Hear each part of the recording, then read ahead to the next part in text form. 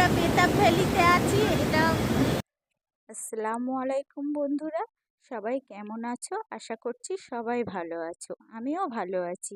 ওই যে পেহেলগামের আগের ভিডিওতে দেখলে তো, এই যে আমরা বেতাব ভ্যালিতে এসে মানে ঝর্ণার জলে প্লাবিত যে নদী, সেই নদীর স্রোতের কাছে আমরা অনেক ফটো করছি, ভিডিও করছি। তো দেখো কেমন লাগছে। তোমাদের দাদাও যে যার মতো ফটো তুলতে, এত সুন্দর ফটো তুলতে ব্যস্ত, এত সুন্দর প্রাকৃতিক পরিবেশ, সেটা দেখে মন মুগ্ধ হয়ে যাচ্ছে। মনোমুগ্ধকর প্রাকৃতিক পরিবেশ। এইখানে বেতাব সিনেমার শুটিং হয়েছিল। তারপরে ওই যে দেখতে পাচ্ছ বেতাব ভ্যালি, আমি একটু ভিডিওটা করার জন্য কাছে নিয়ে আসলাম। ওই যে বেতাব ভ্যালি, ওই গেট দিয়ে ভিতরে ঢুকতে হয়।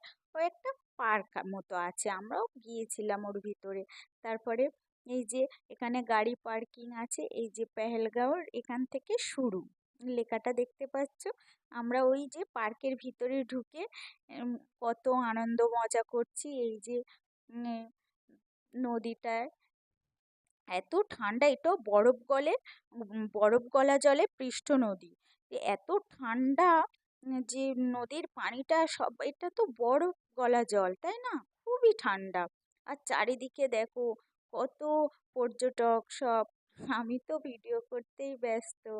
আমি সবাইকে উম, হাত নেড়ে নেড়ে কত কি দেখাচ্ছি দেখো। আবার আমি নিজেও একটু পোস্ট দিচ্ছি।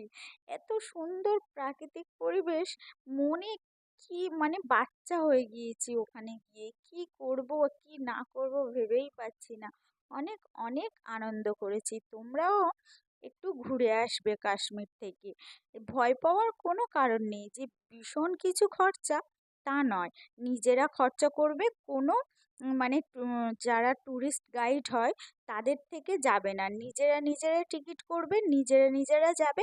অনেকটা খরচা সেভ হবে। আমরা কোনো গাইডের সঙ্গে যাইনি, আমরা নিজেরা টিকিট করে নিজেরাই গিয়েছি। ওখানে গেলে তোমরা অনেকটাই বুঝতে পারবে। এখন হয়তো বুঝতে পারছো না যে কিভাবে যাব।